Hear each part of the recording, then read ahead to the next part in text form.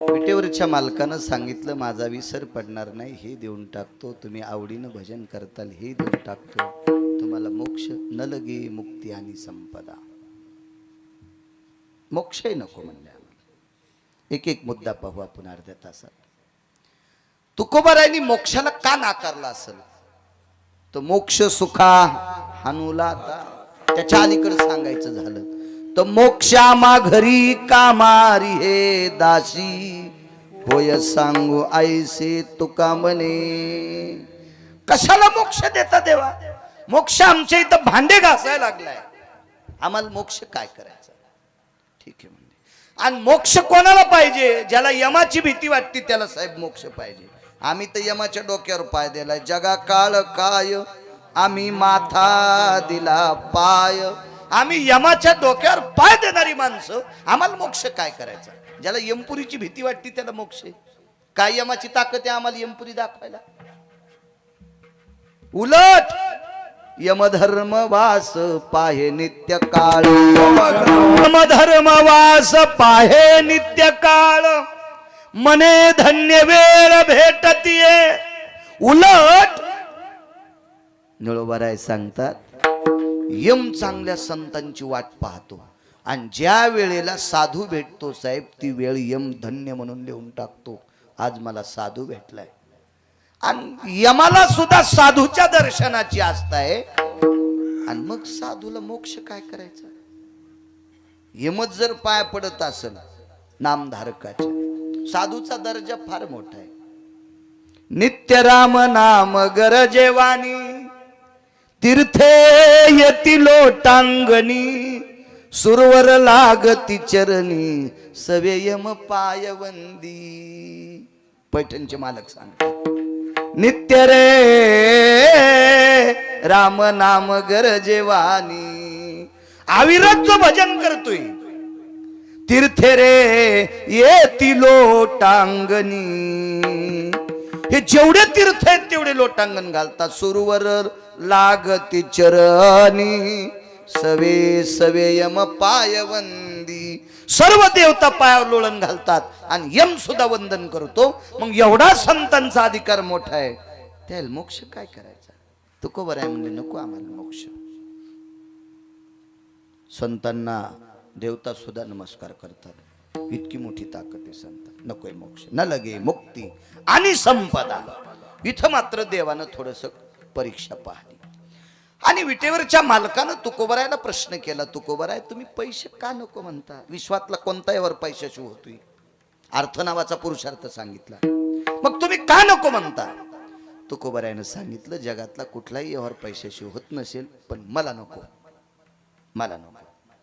बाकी भरपूर महाराज आहेत, गिरगावकरापासून सगळ्याची नाव सांगितले.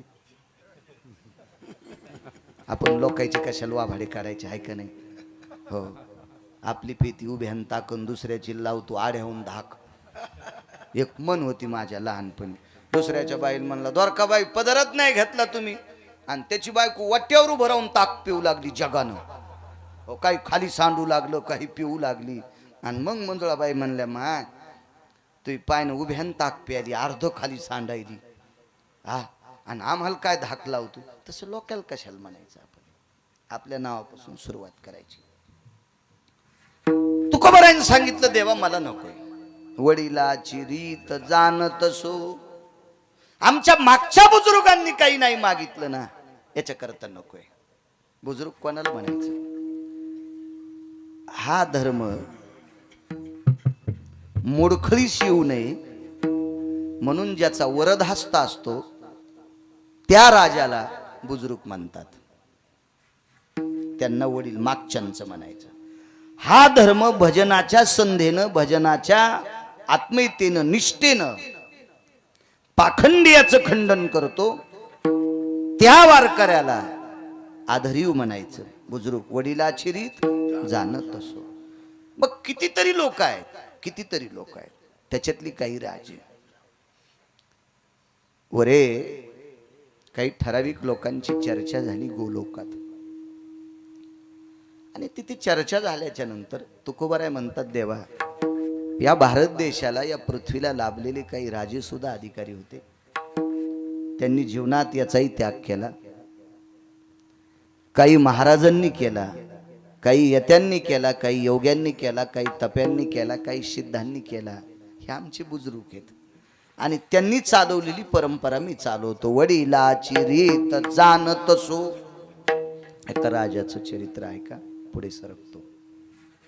वेळ भेटला तर मर्यादा पुरुषोत्तम रामचंद्रांची शिवजीवरची निष्ठा सांगण्याचा प्रयत्न करतो आणि मग वाणीला विराम. कमी करत नाही हरिओम बाबा, काळजी करू नका.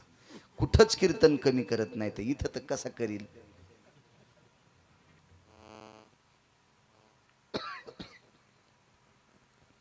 चर्चा झाली.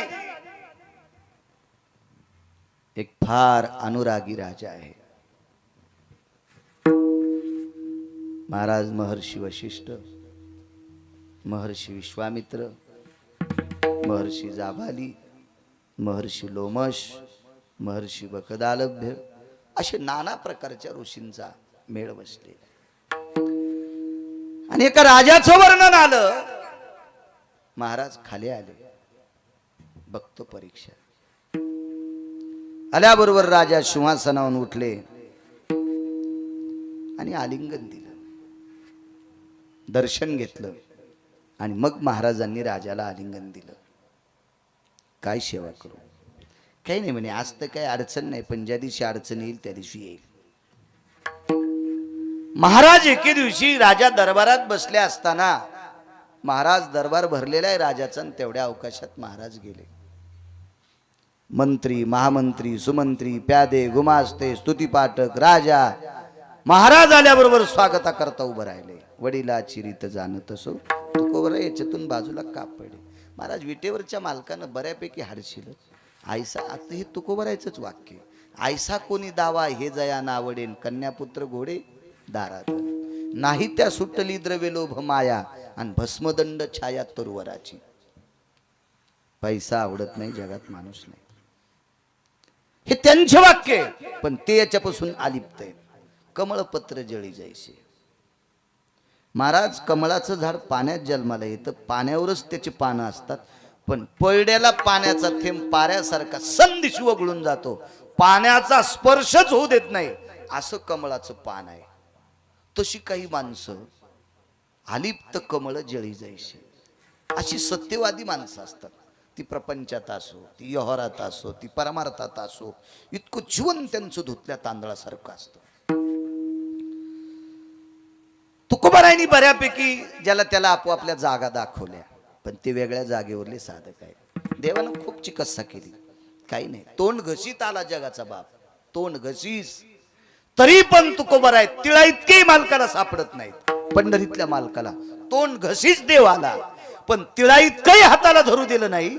इतकं अलिप्त जीवन तुकोबारायचं. ते काय मागतील, मागच्यांचं जीवन सांगितलं.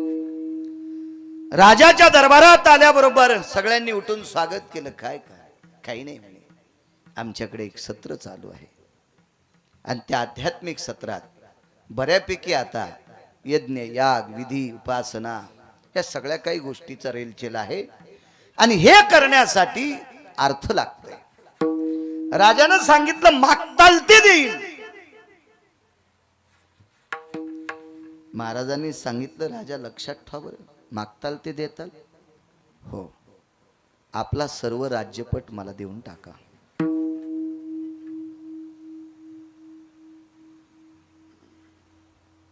भीमराय साहेब, जिथपर्यंत त्या राजाचं राज्याची सीमा होती, हातावर पाणी घेतलं, भर सभेत संकल्प सोडून टाकला, माझ्या राज्याच्या सीमेपर्यंत सगळं राज्य तुमचं. काय महाराज बी होता मागणारा आणि दाताही राजा कसा अधिकारी. महाराजांनी सांगितलं, राजा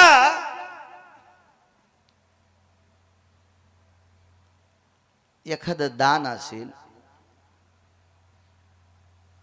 ते दक्षिणेशिवाय पूर्ण होत नसतं. संकल्प सोडायचा होता, संकल्प सोडायचा तर त्याला दक्षिणा लागते. पूर्वीच्या काळात आदला, कवडी, दमडी, खडका, लालपई, डबल पैसा पाण्यात भिजून हातावर घ्यायचा, मग पाणी घ्यायचं आणि संकल्प सोडायचा. मग काहीतरी लागन की नाही संकल्प सोडल्यासाठी. प्रधानजी,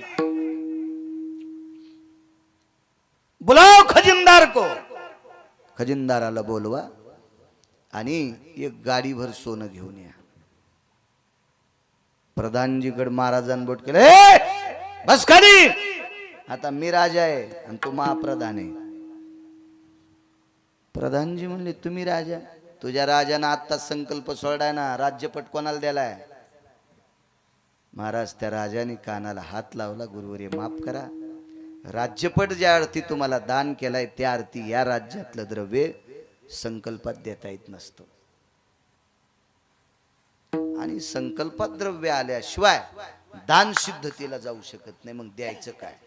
प्रत्येकाचे सिद्धांत वेगवेगळे मांडले, पण पुराणाचा सिद्धांत 3.5 भार सोनं द्यायचं ठरलं.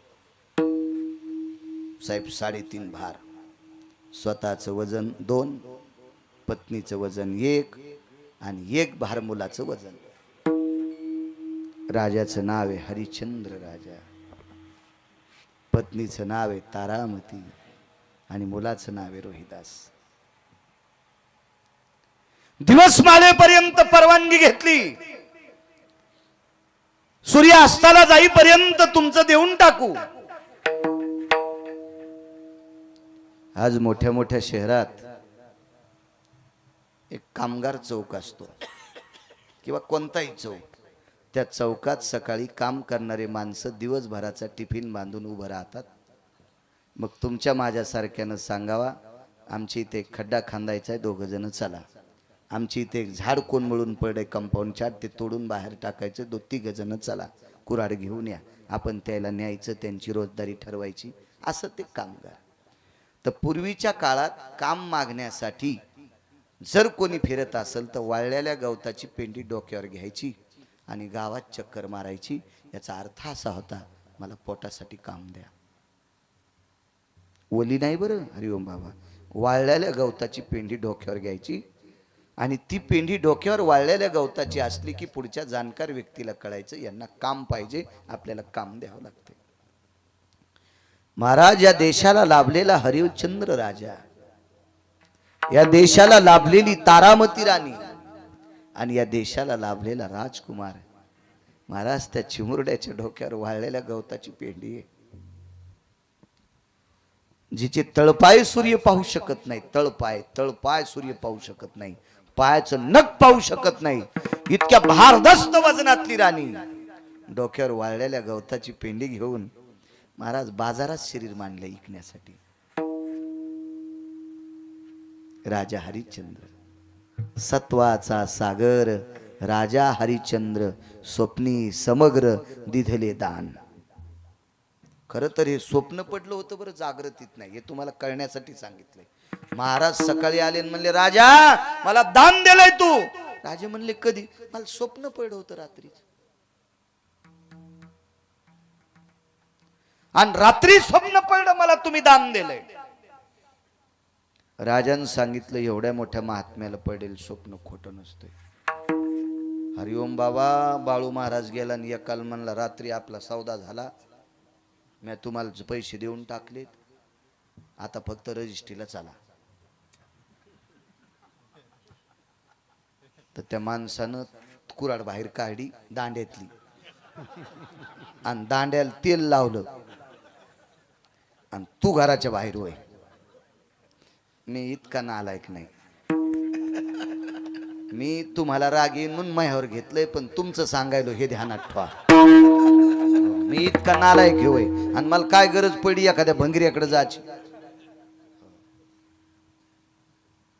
होऊ शकते का साहेब असं?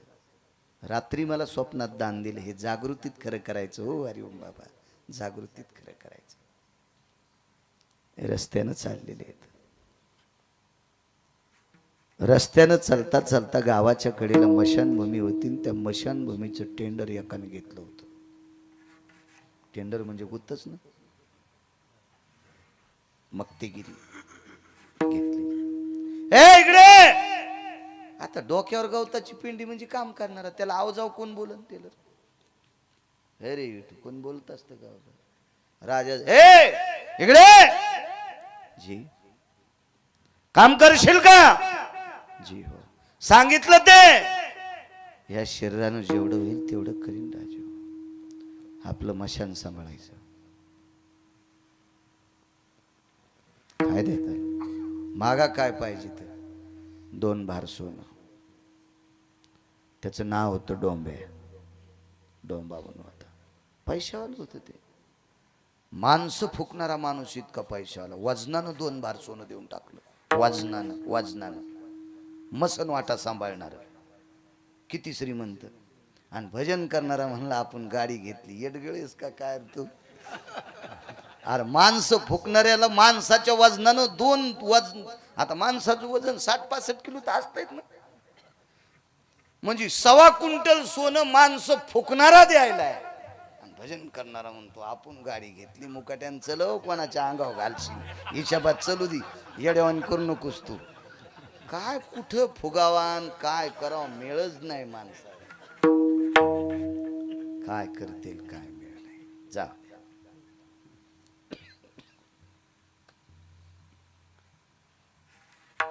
आपलं वैभव कुठं असतं नागरे बुवा. खांद्यावर पताका असावा, गळ्यात तुळशीची माळ असावा आणि वारीत चलणं हे आपलं वैभव असावा. गाड्या घोड्या महाराजायचं वैभव नाही. गाड्या घोड्या महाराजायचं वैभव असल तर राजे हो आपल्यापेक्षा भारीच्या गाड्या गुंडायला जास्त येतात. महाराजायचं वैभव गाड्या घोड्या नाही. बंगला हवेली आपलं वैभव नाही. आपलं वैभव नामाचा प्रचार किती करतो हे वैभव आहे. आपण व्यसनातून किती बाजूला आहेत हे आपलं वैभव आहे. चांगलं गाता येतो म्हणून पिऊन चाल म्हणतो हरामखोरा. हे तो वैभव आहे का भडव्या. नाही. अडचण असेल, आपल्याला भूक लागली असेल, कोणी ओळखीचा नसेल तर सात्विक हिरवा टिपका असलेल्या खानावळीवर जेवायला गेला असेल, अनावधानानं वेळ प्रसंगी मान्य करतील. महाराज जिथं कीर्तन झालंय तिथं महाराजाला जीव घालीत नाही अशी जागा आहे का साहेब एखादी. ज्या गावात कीर्तन झालंय तिथं त्या महाराजाला जीव घालीत नाहीत. आपण 4-2 बाऱ्या इकडं परिसरात गेलतो, तुम्ही सोबत होते. अहो रांगोळ्या टाकल्या हो लोकांनी. रातच्या दिवे लावले आमच्या पुढं. घरात तर कोणी लावीन, रस्त्याला दिवे लावले. आणि इतकं स्वागत बाळू महाराजाचं असताना जर बाळू महाराज एखाद्या हायवेला इथलं पाकिट घेऊन जर तिथं जेवत असेल तर यमाला सुद्धा कळणार नाही याला कोण्या नरकात टाकावं. यमाला पण सुधारणार नाही याला किती खोल खड्डा करून खाली पुरावा. यमाला सुधारणार नाही. हे वैभव नाही आमचं. संप्रदायाचं वैभव आहे भक्तीचा पुरुषार्थ वाढवणं. जितकं अभ्यास करून लोकांना आपल्यात आणता येईल ते संप्रदायाचं वैभव. गाड्या घोड्या असावा, कोण म्हणते नसावा, असावा पण त्याचा गर्व नसावा. एक जणांनी मला गाडीची पूजा करायला बोलिलं तर म्हणलं मलाच कसं काय बोलिलं. म्हणलं तुही जिरवायची होती. म्हणलं मग कसं काय जिरी तू. 2-4 बाऱ्या मायापासून गेला मी हात केलता पण तो मला मधात घेतलं नव्हतं गाडीत. अरे म्हणलं माणसं भरेल होते ना, मित्रच होता मधात माणसं असल्यावर तुला काय टपाव बसू का. नाही पण उभं करून तर बनायचं ना, जागा नाही म्हणून. म्हणलो तो मधल्याला ओरडा असतो. तो इतका रगील मित्र होता मग त्याच्यामुळं कुठं आता तुला खेटावा. त्याच्यामुळं आपलं मी पळली. त्याच्यामुळं तर तू जिरिण्यासाठी गाडीची पूजा करायला बोलली. आणि गाडी केवढ्याची. मुंबईच्या बाजारातून घेतलेली 3.5 लाखाची. हो 3दा तर तिची नाव बदलली. 8व्या बारीची याला आली आणि तिची पूजा करायला मला बोलिलं. आम्ही त्याची पूजा केली. म्हणलं मुंबईला जायचं रे. ते म्हणलं आपली नाही गाडी घेणार. म्हणलं तुझ्या गाडीत काला झाला तरी पावसायचो नाहीत. तुझ्या गाडीत मुंबईचं कीर्तन कुठं गवसत असते का तुही राहू दी. हो इथं जालन्याला गेल्यावर डुक डुक डुक डुक डुक डुक वाजायची बस मोकाट्यानं. ही रान साजरी म्हणून आपली अशीच घरी ठेवी. येणाऱ्या जाणाऱ्या पाहुण्याला वाटाव याला गाडी आहे. हो आम्ही रेल्वेने गेलो. रेल्वेने गेल्यावर स्टेशनला उतरल्याबरोबर एक भक्त आम्हाला न्यायला आला. गिरगावकर आपणच आहेत का. आता मुंबईच्या स्टेशनवर धोतरावाला मीच दिसलो. मीच बर काय हे संघ होतं ती गाडी घेणं. चला बाहेर. त्या दादऱ्याहून खाली उतरल्याबरोबर बसा गाडीत. त्या गाडीत बसल्याच्या नंतर काय गाडी होती. मी असं गपचूप बसलो साहेब. मला वाटलं आपला कोपूर गिपूर कशाला लागला, एखादं बटन सुरू व्हायचं आणि कोणी कुणी गाडी फिरायची. महागाईची गाडी होती न ती, कधी नाही पाहण्यात आणि ते आलं खाण्यात. मी आपलं गपचूप. आपण धोत्रावाल्यानं कशाला वळवळ करायची, शिक्षण 7वी कुठं काही 10 ते शिकलेलं होतं. इकून पाही तिकून पाही, हँडल पाही, काच पाही. मुकाट्या बसलं. ते म्हणलं बस गपचिप, तुला नाही अभ्यास, शिकला नाही काय नाही, मला चटकळत आहे गाडी. आणि म्हणलं चटकळतून केवढ्याची, माय इथं का दुकान आहे का, 5 रोगिल होतं ते. आणि मला चटकळती म्हणलं गाडी. म्हणलं मग केवढ्याची, हळूच करून बसलो. केवढ्याची, माय इथं का दुकान आहे का कारखाना आहे, मला विचारायला. म्हणलं जाऊ दे बाबा. म्हणलं दादा गाडी केवढ्याची, ते म्हणलं 2.25 कोटीची. अरे पप्पू. मी म्हणलं 10 जन्म गेले तरी गिरगावच्या बाळून काय घ्यायलाय, नाही भेटन. उग देवाच्या पुढं नाही, इथं या गादीव तरी खोटं नाही बोलायचं. या 2-4 वर्षाच्या तुरी इकल्या काय जण आला आजी आपल्याला गाडी. तुरी सोयाबीन हरभरा संग पाहायचं काम नाही. कृपा आहे बोरेश्वर, त्यानं जाटा हालीले गिरान भिजते पट्ट्याचं. हरभऱ्याची बाबर होणार नाही, तुरीची बाबर होणार नाही, भयमुख्य वाढणार नाही. टरबूज गाबणे होणार नाही. गाबणे टरबूज कळत आहेत का, पुढून खपक्याने इकून बेंबी दबली. हो 7 किलोचं असलं तरी व्यापारी म्हणतो हे माग, आणि त्याला नाव ठेवलं रहाटण. लय माणसं बी हुचार, त्याला नाव रहाटण, कोणी होत नाही ना त्याला. हो अशी होत नाही, कृपा आहे त्या मालकाची. मी म्हणलं दादा तुम्ही काय नोकरीला आहात. त्यांना नोकरी वगैरे काय नाही, 2.25 कोटीची गाडी आहे, या ईदभर पोटाची खळगी भरण्यासाठी टाळ्या वाजितो. वाजनात नाही.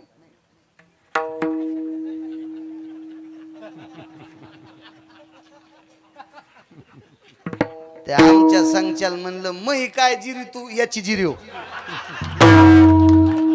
याला 2.25 कोटीची गाडी, मही काय जिरी तू, भिकार छोटे म्हणलं गिरगावचा बाळू, तू याची जिरी हो. तिथं गेले होते म्हणलं दा बाबा तस काय बोले. अरे मी आणलं हे लय एकारलेवानी करू लागलो, बरं झालं तू आलास. आमचं खांडूक फुटलं ना, ऑपरेशन झालं, बिन गोळ्याचं नीट झालं. नाही हे मला 1-2 महिने सुधरूच देत नव्हतं. एका गोळीत सगळं नीट झालं म्हणलं. पार 56 टाक्याचं ऑपरेशन लगे क्लिअर बिना टाक्याचं. आपलं वैभव हे नाही, आपलं वैभव गाड्या घोड्या बंगले नाही असावा. कोण म्हणते नाही म्हणून, कोण म्हणते नाही, पण त्याचा गर्व आपल्याला नसावा. आपल्याला गर्व असावा. मी इतक्या बऱ्या ज्ञानेश्वरीचं पारायण केलं, ते बी सांगायचं नाही, मनात गर्व असावा. मी एवढ्या वेळेस शिवजीचं दर्शन घेतलंय, मी इतक्या वेळेला पंढरीला गेलो, मी देहू पैठण आळंदीला इतक्या वेळेस गेलो. हे मनातली मनात स्वाभिमान असावा. देवा हे पवित्र शरीर दिलंय, मी चांगल्या कामाकरता वापरलंय, याचा गर्व असावा. हे आड्या घोडेन पैसे नादलेन हे कोणाकडे मी काय ताण नाही. योग असा आला,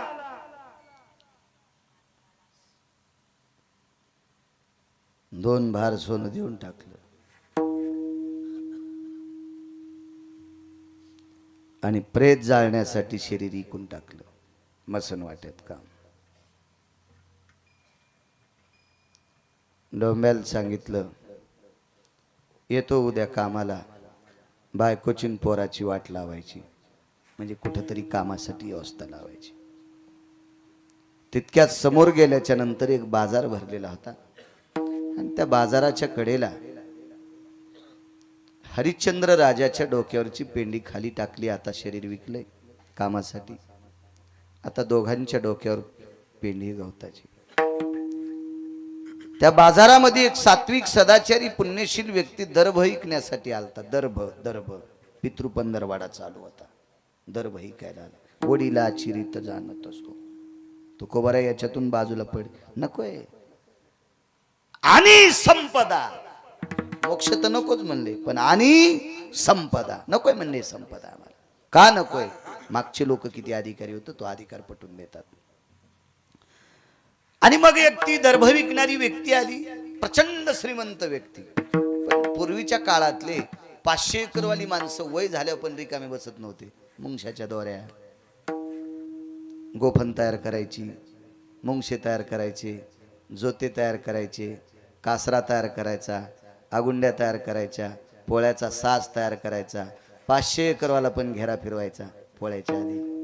महाराज वजनदार लोक होते, मस्तीतले माणसं होते. ह्या इशीच गडी असले तरी त्यांना सूत कांडू लागायचे गड्यासोबत.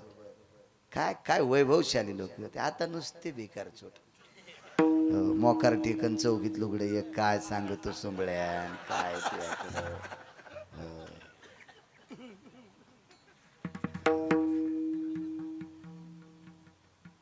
चट दागिने खाताडाला बँकेत ठुले आणि बँटेकचे घालून वरी फिरायली लग्नामध्ये. लाईन गेल्यावर चोट्ट्यानं तोडे तर नाही पण थुत्रीत हाणली आणि तिनं चोराचा हात धरला आणि तितक्यात लाईन आली. तो दागिने काऊन नाही तोडे, हे चुकीचे घालून आली म्हणून थुत्रीत हाणलीत म्हणून. इतकं चोट्ट्याला राग आला. ते वरून टाकलेले त्यालाच पुन्हा पिना लावलेले आणि ते घागर माळा. कशाला सोंग हे करायचे आपले.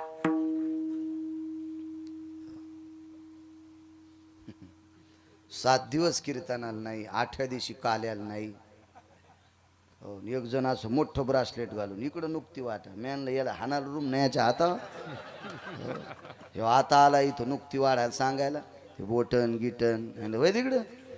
7 दिवस तुला कीर्तनाचा पत्ता नाही काय नाही काय नाही. आता पण फिरायला वा वा वा तुम्ही आलात का. ते पहिल्यापासून हे तूच आज आलात, तू हा दिवा माग राहू दे. काय नाटकेच लोक सगळे भलते. फार विचित्र कारभार झाला. मला पान पान फुलवा पप्याची माय नीट बोल ना तुला तुला पान फुलवा आला. आमच्या गोळ्या संपल्या तोय. हे पागल झाले लोक. योग असा आला. दर्भ विकणारा माणूस हरी का नाम पेटका धंदा न करे मूर्खांदा. मरेपर्यंत माणसानं काम करत राहायचं. आपण कर्मभूमीवर आलो. प्रपंचातल्या माणसानं मरेपर्यंत काम करायचं, शेवटच्या श्वासापर्यंत. भजनही करायचं आणि कामही करायचं, रिकामं बसायचंच नाही. दर्भ विकणारा माणूस श्रीमंत किती होता पा. डोंब्यानं 2 भार सोनं दिलंय. 2 भार.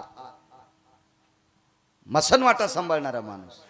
तर तिथला सात्विक माणूस दर्भ विकणारा किती अधिकारी असेल. तो पूजेचं साहित्य विकणारा माणूस होता. दर्भ म्हणजे पिंडाचं साहित्य. पाहिल्याबरोबर बघितलं बाजाराच्या कोपऱ्यावर उभी आहे माऊली. डोक्यावरची गवताची पेंडी खाली टेकली प्रणाम केला. महाराज मी हरिश्चंद्र राजाची पत्नी आहे. वा माय तुमच्यावर ही वेळ. घडेला वृत्तांत सांगितला. आता 2.5 भार सोनं पाहिजे. शरीर कामासाठी देऊन टाकते. घरी गेला पत्नीला सांगितलं ज्या राजा हरिश्चंद्राच्या कुटुंबाने आपल्याला लेकरा इतकं प्रेम केलं त्या कुटुंबावर वाईट वेळ आली ग. आपलं द्रव्य खर्च करून त्या माऊलीला आपल्या घरी आणू. दोघही पती पत्नी आले. 1 भार सोनं देऊन टाकलं हरिओम बाबा. गवताची पेंडी पायाखाली पडली. 1/2 भार सोन्याची गरज आहे.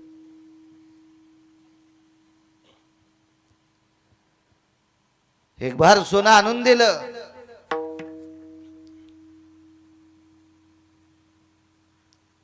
काय काम करावं लागेल. काही नाही करायचं.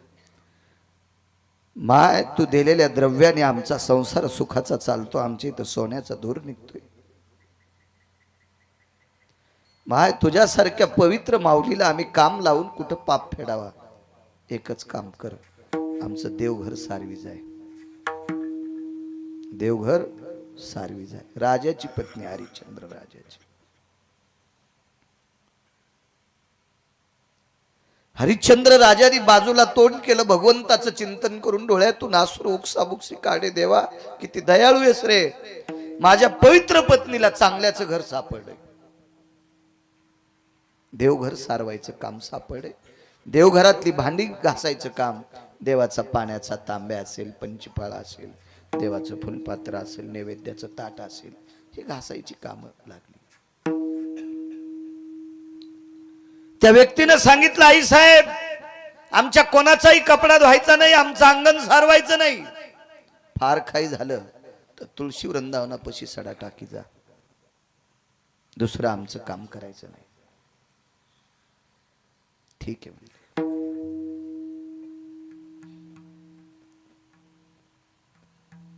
उद्या सकाळी येते. दुसऱ्या दिवशी सकाळी डोंबा हरिश्चंद्र राजाला नेण्यासाठी आला. तो दर्भ विकणारा व्यक्ती तारामतीला नेण्यासाठी आला आणि हरिश्चंद्र राजानं सांगितलं, प्रिये जाय तू. डोंब्याला विनंती करून आपल्या बाळाला कोणाचे तरी सुपूर्द करेपर्यंत थांबतोय. आणि त्या दर्भ विकणाऱ्याच्या पाठीमाग त्याची पत्नी चालत होती आणि त्याच्या पत्नीच्या पाठीमाग या विश्वाला, या पवित्र देशाला लाभलेला हरिश्चंद्र राजाची पत्नी चालत होती, तारामती. पण तो दर्भ विकणारा व्यक्ती सनसन घराकडे चालत होता. त्याच्या पाठीमागे तितक्याच वेगाने त्याची पत्नी चालत होती. पण त्या दोघांच्या पाठीमाग आणि हरिश्चंद्र राजाच्या पत्नीच्या मधात खूप अंतर पडलं. वळून पाहिलं तर पाठीमागे आवाज दिला, स्वामी काय ग? हरिश्चंद्र राजांच्या महाराणी फार दमानं चालतात, थोडा हळू चाला. त्यानं हळू चालायला सुरुवात केली, तरी पण अंतर जास्त पडलं. दोघं पती पत्नी वापस आले आणि हरिश्चंद्र राजाच्या पत्नीला विचारलं, माय आमची इथं काम करायला येऊ वाटत नाही. आता माझ्याकडे पाणी नाही, मी संकल्प सोडला असता, पण घरी गेल्यावर मी संकल्प सोडतो. माझी माय, तुझ्या राज्यात आईतकं प्रेम आम्हाला दिलं ग तुम्ही. माझ्या घरचं देवघर सारवायचं नाही, माझ्या दारात तुळशी वृंदावनापाशी सडा टाकायचा नाही. बाई, माझ्याकडे जी दासी आहे का, ती दासी तुला आंघोळीला पाणी टाकी जाईल. तुम्ही जेवलेलं ताट सुद्धा धुवायचं नाही. माझ्या पोटच्या लेकी इतकं तुम्हाला सांभाळतो, पण प्रसन्नपणानं माझ्या घरी चाल. तरी पण पावलं उचलत नव्हते. पुन्हा एकदा ती व्यक्ती आणि त्याची पत्नी वापस आली आणि विचारलं, तारामती बाई साहेब, चालण्यासाठी काय त्रास आहे? काही नाही म्हणे. हो, त्रास एकच आहे, मालकाला मसनवाटा सांभाळायचं काम भेटलं ते पुरुष येत ढकेल. माझ्या मालकाचा भक्तीचा पुरुषार्थ, माझ्या आई वडिलांचं पुण्य, सासू सासऱ्यांचं पुण्य एकवटलं, मला तुमच्यासारख्या साधूच्या घरची भाकरी खाण्यासाठी भेटती. माझं पुण्य. दुःख एका गोष्टीचं आहे, माझा बाळ डोक्यावर गवताची पेंडी घेऊन बसलेला आहे, त्याला कोणाचं घर सापडलं याचं दुःख वाटतंय. कोणाच्या घरी जाईल तो? म्हणून माझ्या वासराकडे बघून माझे पाय ओढत नाही. तो माझं बाळ आहे, तो रोहिदास माझा पुत्र आहे.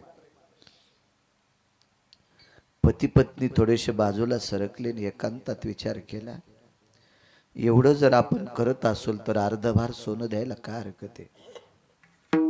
या तिघाईत मिळून 3.5 भार द्यायचं होतं. कोणाचं किती आलं असेल ते पुराण सांगेल. कधी कधी माझ्याच्यानं चुकही होऊ शकते सांगण्यात, पण 3.5 भार सोनं द्यायचं होतं. आपल्याकडे किती द्रव्य आहे? घरातलं सर्व द्रव्य एकवटलं आणि राहिलेल्या द्रव्यात हरिश्चंद्र राजाचा पुत्र सुद्धा विकत घेतला.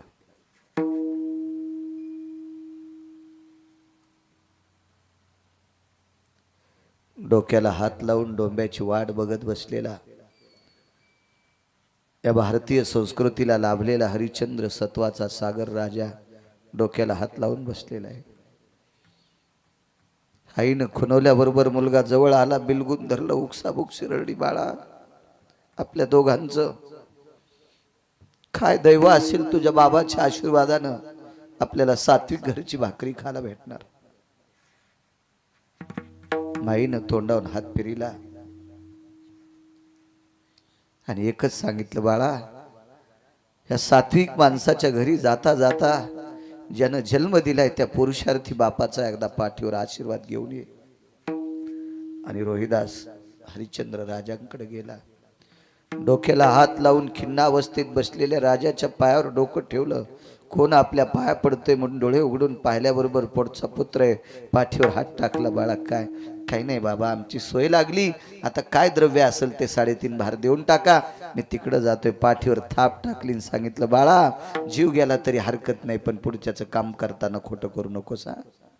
महाराज ह्या परिस्थितीला टोकले तरी ती अवस्था इतक्या नाही वागलं. महाराज नियतीनं परीक्षा पाहण्यासाठी सर्पदंश झाला. फार वेगळं वेगळं चरित्र आहे, पण मी साधं सांगतो तुम्हाला. कधी कधी असं काही चरित्र घडलेलं आहे की ते सांगताना सुद्धा हिंमत होत नाही, चित्त थरार होत आहे, इतकं विचित्र चरित्र आहे. सर्पदंशाने मुलगा मृत्यू पावला. त्याचं पार्थिव मशानात जाळायला आणलं.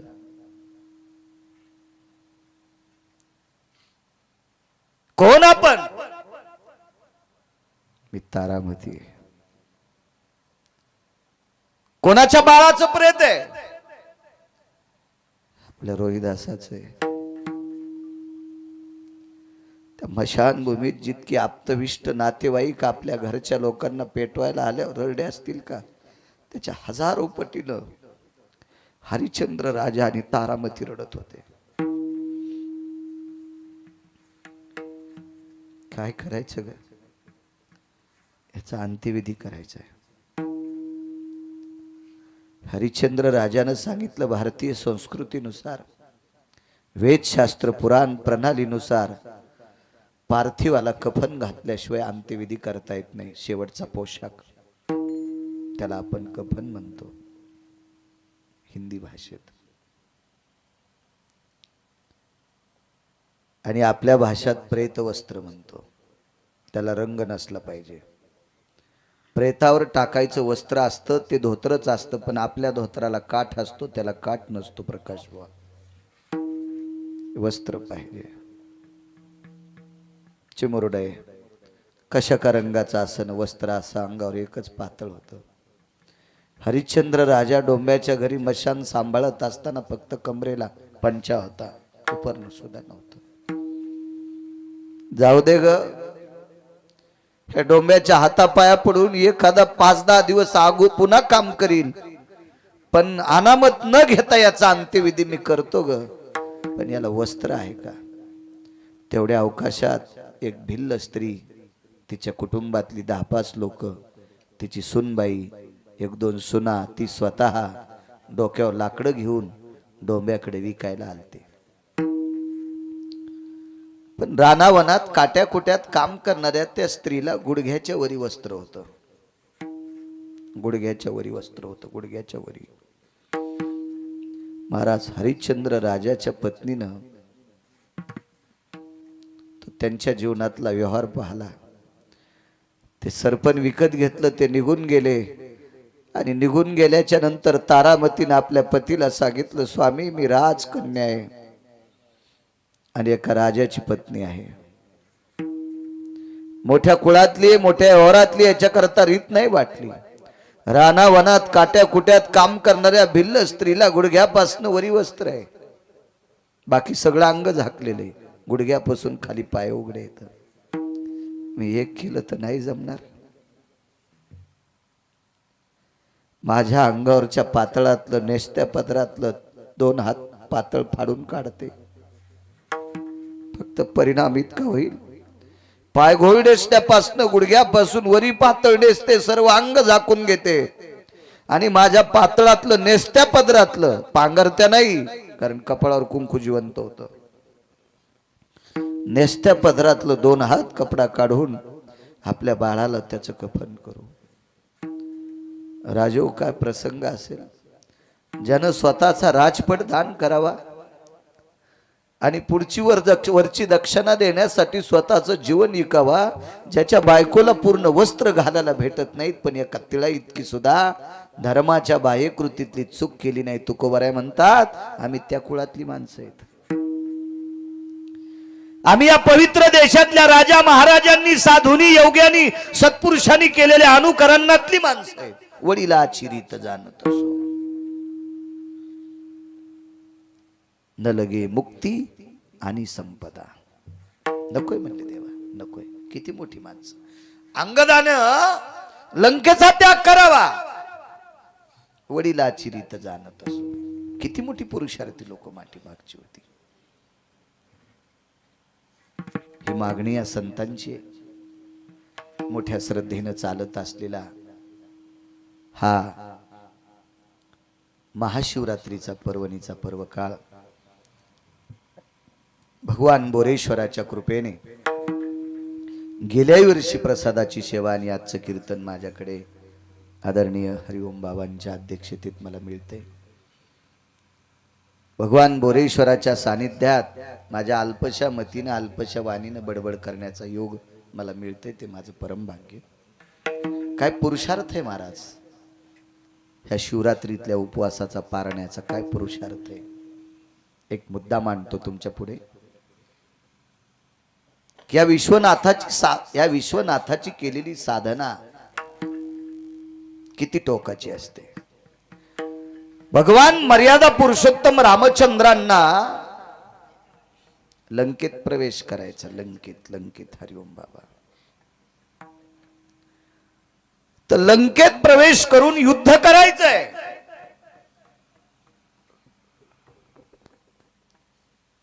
आणि या युद्धामध्ये आपल्या हाताला यश प्रदान व्हावा याच्याकरता मर्यादा पुरुषोत्तम रामचंद्रांना भगवान रामेश्वराची स्थापना करण्याचा इच्छा झाला, भाव झाला. साहेब, रामेश्वराची स्थापना, भगवान शिवाची स्थापना. तर रामायणामध्ये अत्यंत प्रचंड वयस्क जर कोण व्यक्ती असेल तर जामवंतजी होते. आणि मर्यादा पुरुषोत्तम रामचंद्रांनी आपली व्यथा जामवंतजीकडे मांडली. आणि जामवंतांना काय शिवरात्रीचा उपवास काय, पारणं काय, भगवान शिवजीच्या सेवेचं महत्व काय, तादात्म्य काय, काय हलतंय महाराजा सेवेच्या ताकदीनं, एवढा पुरावा ऐका वाणीला पूर्ण नाही. राम, वेळ तर संपला असेल नाही का. उठान मागचे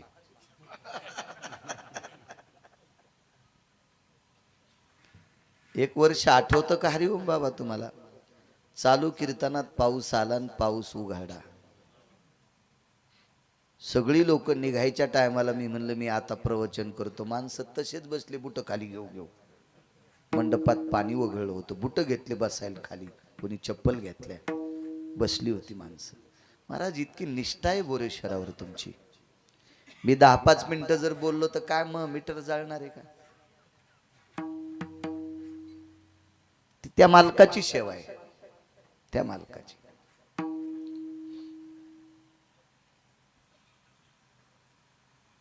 जामवंतजीला आपली व्यथा मांडली. जामवंतजी, आपण वनात आहोत, समुद्राच्या तीरावर आहोत, जंगलात आहोत, आणि माझ्या सोबत सगळी वनचर आहेत. 18 पद्म वानर, 72 कोटी रीत, 56 कोटी गोलांगुळ, आणि एकटा माझा भाऊ आहे.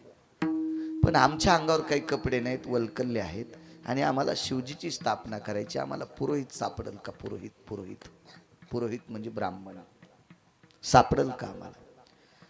जामवंतानं सांगितलं, तुम्हाला भगवान शिवशंकराची स्थापना करण्या योग्यतेचा माझ्या जीवनात एकच पुरोहित पाहला, आणि तो जर आला तर प्रयत्न करतो. आणि जामवंतजीनं उड्डाण केलं आणि लंकेत पोचले. तो पुरोहित होता लंकेचा राजा रावण. प्रचंड अस्खलित युद्ध होता.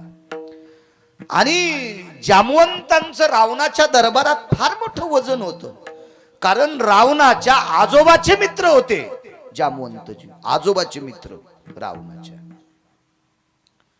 आल्याबरोबर या या या या जामवंतजी आईये, तर सगळे हे राक्षस टपकारले. म्हणले हे प्रभू रामचंद्राच्या पक्षातलं ना, आपला राजा तो इतका चोंबाळायलाय. राजकारणात काय नसतं, संध्याकाळी कोणी कोणाला चोंबाळीत. हे फक्त स्टेजवर शिव्या देतात एकूण एकाला, बाकी अंधारात एकूण एकाचे धाब्यावर बिल पण देते. हे फक्त येडेवानी तुम्ही करतात. याची ओळही कर, त्याच्या बांधकोर, हे तुम्ही येडेवानी करतात. हे माणसं तिळा इतकं पण येडेवानी करीत नाही. यायचा खरंच आदर्शवाद घेतला पाहिजे राजकारणी लोकांचा. कोण्या पक्षाचा मरू, मातीला हजरच. आणि तुम्ही इतके पागल, सख्या भावाचं नाव पत्रिकावरून वगळून टाकलं. हो, कोपऱ्यातली सवाशीन ठुली पण भावजई ठुली नाही. हो थिगळी ठुली थिगळी. भेंडोळ्याचं पीठ बलिलं पण गव्हाचं पीठ फेकून दिलं. पहा पहा काय माणसं चालू येत आणि पुन्हा मोक्षाचा विचार करते. मोक्ष भेटतोय तू या थोथरात रुमन ठोकून यम इकून काढीन. तुला भेटत असतो का सोंबळ्या मोक्ष कुठला नाटक करायला.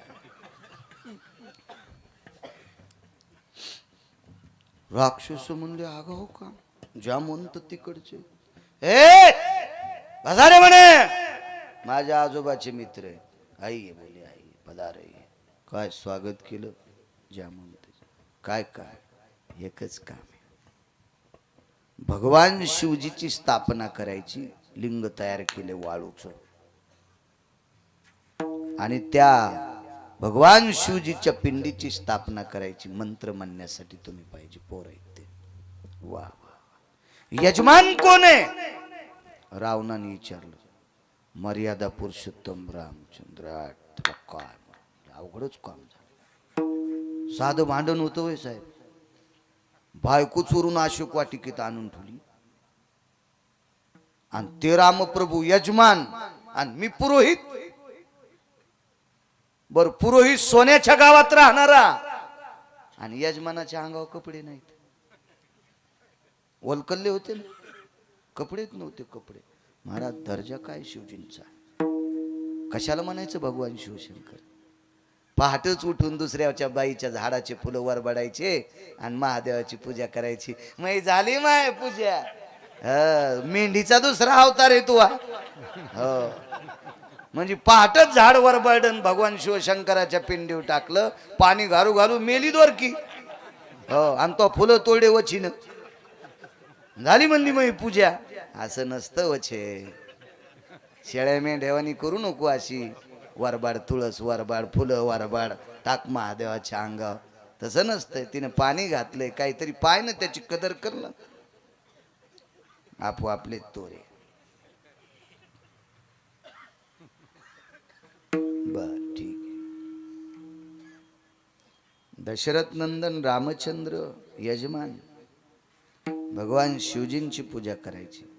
राम शिवाचे उपासक होते. आपलं रावण शिवाचे उपासक होते.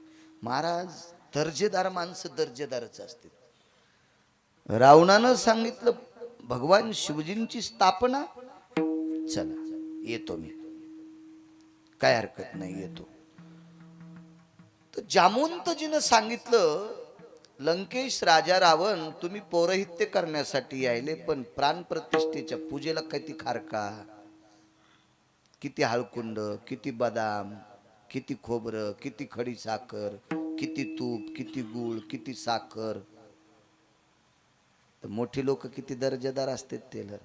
रावणानं सांगितलं यजमान वनवासात आहे. यजमान वनवासात आहे. मग ज्या पुरोहिताचा यजमान वनवासात असतो त्या यजमानाचं साहित्य पुरोहितानं न्यायचं असते. कोणाकडून शिकायचं माहिती काय. आमच्याकडून नाही रावणाकडून शिका. रावणाकडून शिकायचं. रावणाकडून. त्याला शास्त्राधारे त्याला पुराणाधारे त्याला वेदाधारे त्याला ऋषी मुनी प्रणीत आहे. असं गाफील नाही उचलली जीभ लावली टाळाला. यजमान जंगलात आहे. यजमानाकडे काही नाही. अशा वेळेला त्याची इच्छा जर परमार्थाची झाली असेल तर त्याच्याकडून फुटकी कवडी न घेता पुरोहितानं त्याचं कार्य पार पाडावं. प्रधानजी भांडारातून एवढं एवढं पूजेचं साहित्य काढा. दिलं पाठवून. तिकडे बसायला पाट सह सोन्याची. पूजाला यजमानाला बसायला पाट सोन्याची पाठवून दिले. आणि रावण स्वतःच्या 6 पत्न्या विमानात बसिले. त्याला किती हजार होत्या हो? किती होत्या आजी? 80,000. 80,000 बायकापैकी 6 बायका विमानात बसल्या. आपण दुसऱ्या विमानात आणि 2 विमान अशोक वाटिकेत गेले. आणि सीतेला सांगितलं सीते तुझ्या मालकाला भगवान शिवशंकराची पूजा करायची आणि बायको जिवंत असताना यजमानाला एकट्याला पूजेला बसता येत नाही. आणि तशी पूजा करणारा मी पुरोहित नाही. कोण म्हणते माहिती? रावण. ते का तुमच्या मायासारखा महाराज होता का? कसं धकूनच घेऊ, धकूनच धकूनच. मी सत्यनारायणाला गेलो एक जणाच्या लग्नाचा, सत्यनारायण. ते म्हणला महाराज मला गडबडे, जरा उभाट्याच करा. भोयटे आऊत हाणूच नका, जरा उभाट्याच.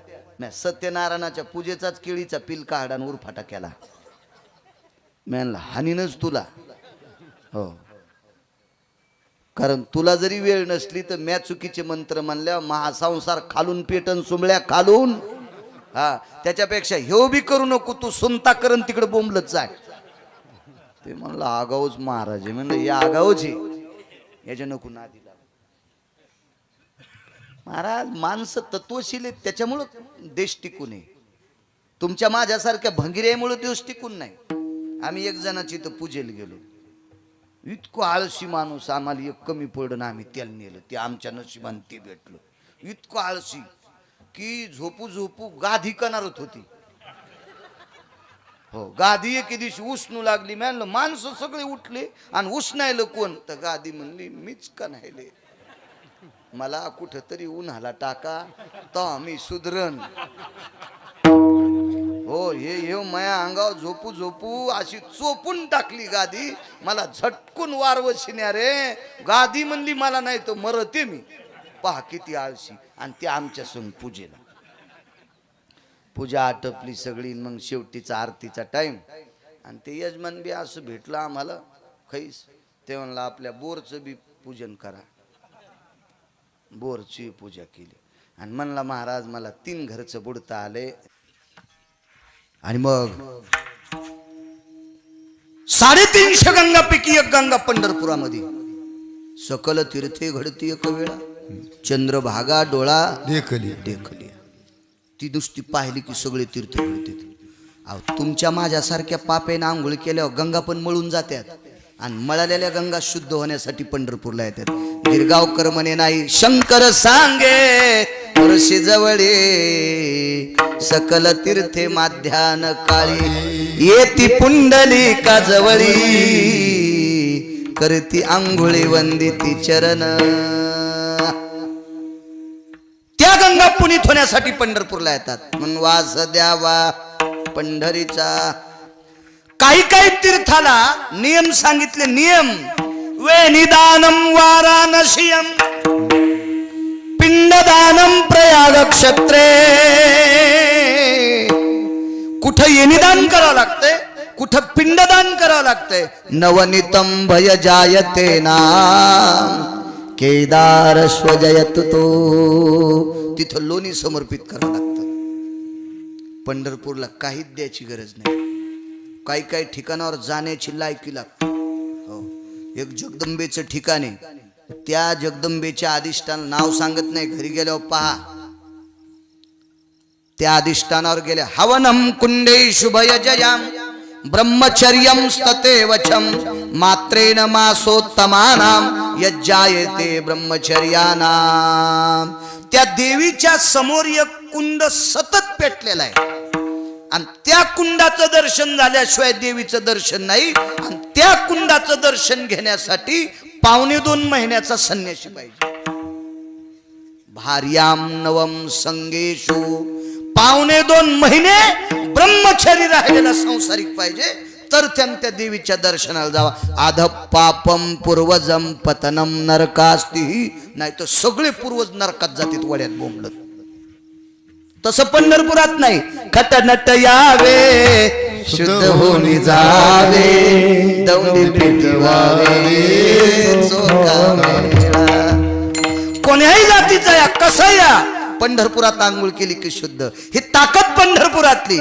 वास द्यावा पंढरीचा, पुन्हा सदा संग हरिदासाचा. एक मुद्दा सांगतो गुरुजी तुमच्या करता. लय खोड गायलं महाराज. तुम्ही एक जागा लय सुंदर काढली होती. सुरुवातीत प्रमाण देईल तुम्हाला. लय सुंदर काळी झालत होतं. ताकद असती काय काय गोष्ट. आता तर कोणाला येते तमाशात, त्याच्यावर काय नसते. असं गोड वाटावं ना, गोड वाट. सगळ्याच बायका लोणचं घालता येतं, मग चविष्ट होतं काय? जुन्या म्हाताऱ्यानं घातलेलं लोणचं वाळून बी जाऊ द्या, कोहरको पाण्यात ती फोड बुडवा, चोखाच वाटते. आमच्या पोराची माईन लोणचं घातलं, तिसऱ्या दिवशी फेदरी आली वरून. इतकं नका हसू, माझी बायको तितकी येडी नाही. ते तुम्हाला राग येईन म्हणून तिच्यावर घेतलंय, समजून घ्या कोणाचं सांगायला तू. विठाला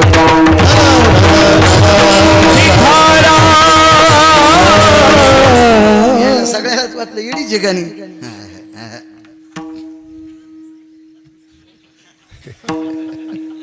भंगार सांगितलं की माणसं लय खुलत येतो. सदा संग हरिदासाचा. इतकंच बघायचं बुवा. आता पुढचं राहू द्या, आता पुन्हा कधी आल्या बघू. नागरे बुवा हे वकील लय भारी, जर सागाव करा ना. बैठकीतच कान फुगली मी. पुन्हा हे गावातले महाराज माझ्याकडे आधीच पाठवून दिले. जर सागाव करा. का संतांची संगती मागितली नामदेवरायनं? एक सुखदेव नावाचे साधू होऊन गेले. संतांची संगती किती मोठी बघा. अहोरात्र जगाच्या मालकाचं भजन केलं. घडलेल्या वृत्तांत सांगतोय. मला संत चरित्र वाचण्याचा नाद ऐकायलाच बाबा. आणि संत चरित्र पंढरपुरातल्या मालकाला आवडते. जे भक्त चरित्राते प्रशंसिते ते माझा आवडती निरुते प्राणाही परुते. प्राणापेक्षा संत चरित्र देवाला आवडते. मग पंढरपुरातल्या मालकाला जे आवडतं ते सांगायचं.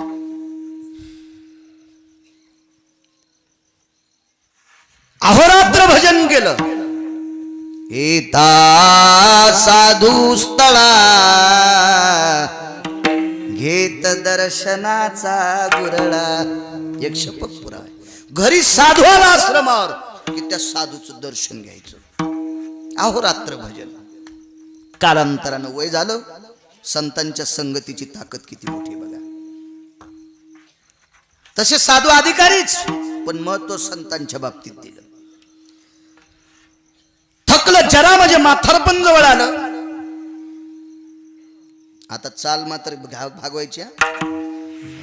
सगळ्या फक्त महाराज तुम्हा दोघायला प्रमाण राहिले तर एक प्रमाण देतो तुम्हाला आता जाता जाता.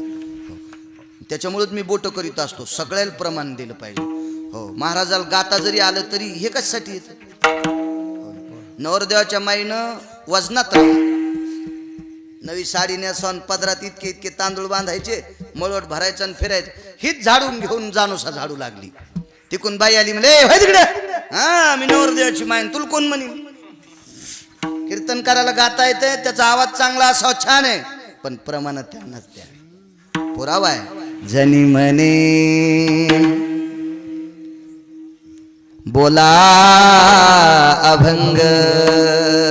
पुरा शास्त्राचा. उभे राहणारी सामान्य लोक असतात का भजनी मंडळी? किती मड शहाणा असलं तर मसन वाट्यात एकटं जातं का? नाही म्हणले मड लयच हुशार आहे, 800 एकर जमीन कमी. आणि ते मेल्या बी मसन वाट्यात चलतच गेलं, कसं जाईल? तसं ह्या मड्याला विठोबा रुक्माई पुस्तूर न्याचं यायचं काम आहे. विठाला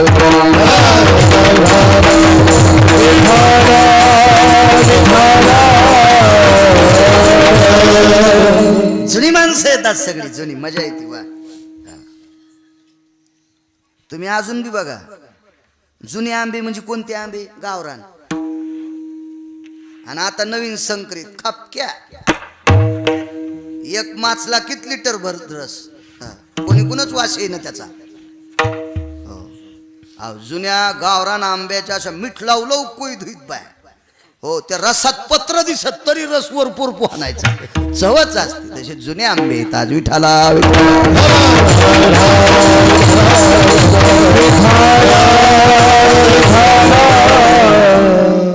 शेवटचा काळ जवळ आला सुखदेवांचा. भागवतातले सुखदेव नाही, सुखदास नावाची एक व्यक्ती होती. परम सुखदास. डोळे शिथिल झाले. एका वैद्यानं चष्मा दिला. थकले एक व्यक्ती डब्बा घेऊन आला. भक्त, बाबा मी तुम्हाला जेवायला डब्बा आणलाय. नको म्हणे, मी हाताने केलेलं खातो, पण त्या भक्तानं सांगितलं माझ्या बायकोनं सोहळ्यात स्वयंपाक केला. सोहळ्यात सोहळा या शब्दाचा अर्थ शुद्धता. एका चांगल्या घरी आम्हाला सोहळ्यात स्वयंपाक. पण बाईनं मी विचारलं ताई ही फरची काय ब्रासची आहे? काय नाही म्हणले 27,000 रुपये ब्रासची फरची. अरे बापरे, माही तर साऱ्या घराची तितक्यात झाली. 27,000 रुपये ब्रासचीच फरची किचन मध्ये. मी म्हणलो बाई एवढ्या महागाईची फरची मग तुमच्या पायात चपला कस काय स्वयंपाक करताना? नाही महाराज ह्या स्वयंपाक करायच्याच चपला आहेत. मी म्हणलं महाराज हाणायची नाही का एखादी? आमचा तरी उद्धार होईन. आणि 2-3 चपला आमच्या मी तोतरी. याला सोहळा नसते, शुद्ध असं सोहळा. सोहळ्यात माझ्या पत्नीने स्वयंपाक केला. साधून सांगितलं त्याबद्दल दुमत नाही. मी नामधारक आहे, मला याचा काही अपपर भाव नाही. पण माझं आयुष्य 5 दिवसाचं राहिलंय. मला या काळात जगाच्या मालकाचं चिंतन करायचंय. मला आता काही खायचं नाही. ते हापकुलच महाराज. कधी जाणार? आजपासून 4थ्या दिवशी 5व्या दिवशी सकाळी ब्राह्मी मुहूर्तावर जाणार. उत्तरायण लागणार आहे त्या दिवशी. निष्ठेनं भजन केलेल्या लोकांच्या ताब्यात यम असतो. 6 महिने वक्ते बाबा अंथरुणावर पडून. हो, सप्तमीला ज्ञानोबारायच्या मंदिरामध्ये प्राक्षाळ पूजा असती. त्या दिवशी साखर लिंबू लावून देवाला स्नान घालते ज्ञानोबारायांना. आम्हाला संध्याकाळी 5 वाजता निरोप आलता. मी 6:15ला निघलोन आळंदीला पोचलो. सकाळी स्नान घालायला भेटलं. ह्या लॉकडाऊनच्या काळामध्ये 3 तासापुरतं मंदिर आतमध्ये जाऊन प्रवेश. आणि बाहेर आलो की निरोप मिळाला. नामनिष्ठ धर्मभास्कर वक्ते बाबा विश्वात्म्यात विलीन झाले. मी लगेच याला म्हणलं उत्तरायण सुरू झाले. काय ताकद! 6 महिने बाजावर खेळणारी व्यक्ती पण उत्तरायण लागल्याशिवाय गेली नाही. ही नामाची ताकद, निष्ठेची ताकद, धर्म जोपासण्याची ताकद. असे महात्मे काही काही. तसा हा एक महात्मा. अरे त्या दिवशी उत्तरायण लागणार आहे. सकाळी ब्राह्मी मुहूर्तावर मला जायचंय. सदा संग हरिदासाचा. संतांची संगती कशा करतात. मग सगळ्या भक्तगणांना माहीत झालं. लाखो लोक त्या आश्रमावर जमा झाले. जमा झाल्याच्या नंतर उद्या सकाळी बाबा जाणार. काही रडत होते, काही प्रश्न करीत होते. दुःख वाटलं सगळ्यांना. एका निष्ठावंत भक्ताने विचारलं बाबा तुमचं उद्या देहावसान झाल्याच्या नंतर पुढची क्रिया काय? काय नाही, एकच क्रिया. माझ्यावर तुम्ही देवा इतकं प्रेम करत असाल तर तुम्हाला माझी शपथ आहे, मी गेल्याच्या नंतर माझ्या 14 वस्तू माझ्या अंत्यविधी सोबत जाळून टाका. साधू कोणाला म्हणायचे? रामदास काका. महाराजाला लाकडाची खुर्ची होती, लाकडाचा पलंग होता, आथरायला घोंगडी, पांघरायला घोंगडी, चष्मा, आकड्याची काठीन, पायातल्या खडावा, 1-2 पागुटे, 2-4 लुंग्या. हुजूरकर काका ह्या 14 वस्तू माझ्या सोबत पेटून द्या. कारण मी गेल्याच्या नंतर माझ्या वस्तूचं दुकान मांडायचं नाही. हा महाराजांचा चष्मा आहे. ह्या चष्म्याच्या पाया पडून 11 रुपये ठेवा. असं दुकान मांडायचं नाही. सगळ्या वस्तू माझ्या पेटून द्यायच्या. ठीक आहे म्हणले, काय हरकत नाही. 1:30-2 वाजला गोरधन भाऊ. तेवढ्या काळात एका भक्ताने विचारलं बाबा उद्या आम्ही तुमचा अंत्यविधी करू, पण तुमची समाधी कुठं करायची? म्हाताऱ्याचं चिंतन चालू होतं महात्म्याचं. त्या महात्म्यानं सांगितलं माझी समाधी करता कशाची? मी स्पर्श केलेल्या वस्तू सगळ्या तुम्ही फुकून देणार आहेत, मग समाधी करता कशाची? तर दुसरा शिष्य म्हणला तुमच्या आस्तीची. तुम्ही जाळल्याच्या नंतर तुमच्या आस्ती राहते ना, त्याची आस्ती. मग सापडल्या तर करा, सापडल्या तर करा. नाही म्हणले जळाल्या तरी ती राख, ती जरी सापडली तर करा. संतांची संगती, नामस्मरणाचं साधन. ही लोक किती अधिकारी असतात संत. म्हणून यांच्या संगतीमध्ये वासना संपून जाते. वासनेचे संत चरण रज लागता सहज, वासनेचे बीज जळून जाय. पण अशी संतांची संगती पाहिजे. पहाटे पहाटे महाराजांचं देहावसान झालं ब्राह्मी मुहूर्तावर. दुपारी 2 वाजता माध्याने दिवाकरम, दुपारी सूर्य त्यावेळेला अंत्यविधी झाला. सगळा भक्तगण शोक सागरात बुडाला. वापस आले. 3ऱ्या दिवशी अस्थि संचयाचा कार्यक्रम, आपण त्याला राख सावडणे म्हणतो. या कार्यक्रमासाठी जे जे अंत्यविधीला आले नाही ते सर्व लोक आपापले वाहन करून सज्ज, आपल्याला आश्रमावर जायचंय. पवित्र गंगेच्या पात्रात महाराजांचा अंत्यविधी झाला. आपले हात राखीला लागले पाहिजे, आपलं शरीर पवित्र होईल. ज्या दिवशी अंत्यविधी झाला त्या दिवशी रात्री 1 वाजता शरीराला लागलेला अग्नी तो निखरा बोलत होता. जगदानंद कंद जगतपते. महाराजाचं जळतं शरीर बोलत होतं. हाडं जळून राख झालेली होती. तो अग्नी बोलत होता, जगदानंद कंद जगतपते, अहोरात्र तुझं भजन केलंय देवा, अहोरात्र तुझं भजन केलंय. एक लक्षात ठेव जगदानंद कंद जगतपते, माझ्या सानिध्यात आलेल्या प्रत्येक वारकऱ्याच्या पायावर हे कपाळ टेकले. माझ्या घरी आलेल्या प्रत्येक साधूच्या पायाचं चरण तीर्थ या जिभेवर पडले. देवा अख्खं जीवन तुझं भजन केलं आणि तुझं भजन जर निष्ठेनं केलं असेल आणि तुझ्या भजनानं आणि संतांच्या संगतीत हे शरीर जर पवित्र झालं असेल, याच्यामध्ये तिळ मात्र वासना नसेल, तर एकच तुला विनंती करतो, वासना अंगाला गुंडाळलेल्या माणसाचे हात माझ्या राखीला लागू देऊ नको. वाक्य नीट ऐका.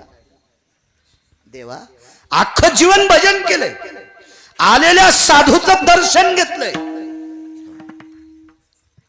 आणि अशा प्रक्रियेनं माझं जीवन वासना विरहित आहे असं जर 100% असेल तर उद्या वासनेनं भरलेली हात माझ्या पवित्र राखेला लागू देऊ नको असा अग्नी बोलत होता. महाराजाच्या शरीराला जाळलेला त्याला भडा अग्नी म्हणतात. सदासंग हरिदासाचा गुरु. त्यावेळेला जगाचा मालक बोलत होता, महाराज काय करू, एकच काम कर, तुझ्या पायाच्या अंगठ्यातून जन्माला आलेली ही पवित्र गंगा माझा अंत्यविधीच्या पात्रात झालाय. मग हिला एकच सांग, तुझ्या पायाच्या अंगठ्यातून जन्माला आली ना, तू हिला सांग देवा माया लेकराला पोटात घे, माया लेकराला पोटात घे, पोटात घे. तर जगाच्या मालकीनं गंगेला सांगितलं, जीवनभर माझं भजन केलं, निष्पाप आहे, याला घे पोटात. तर गंगेनं सांगितलं, माझ्या पात्रात तितकं पाणी नाही,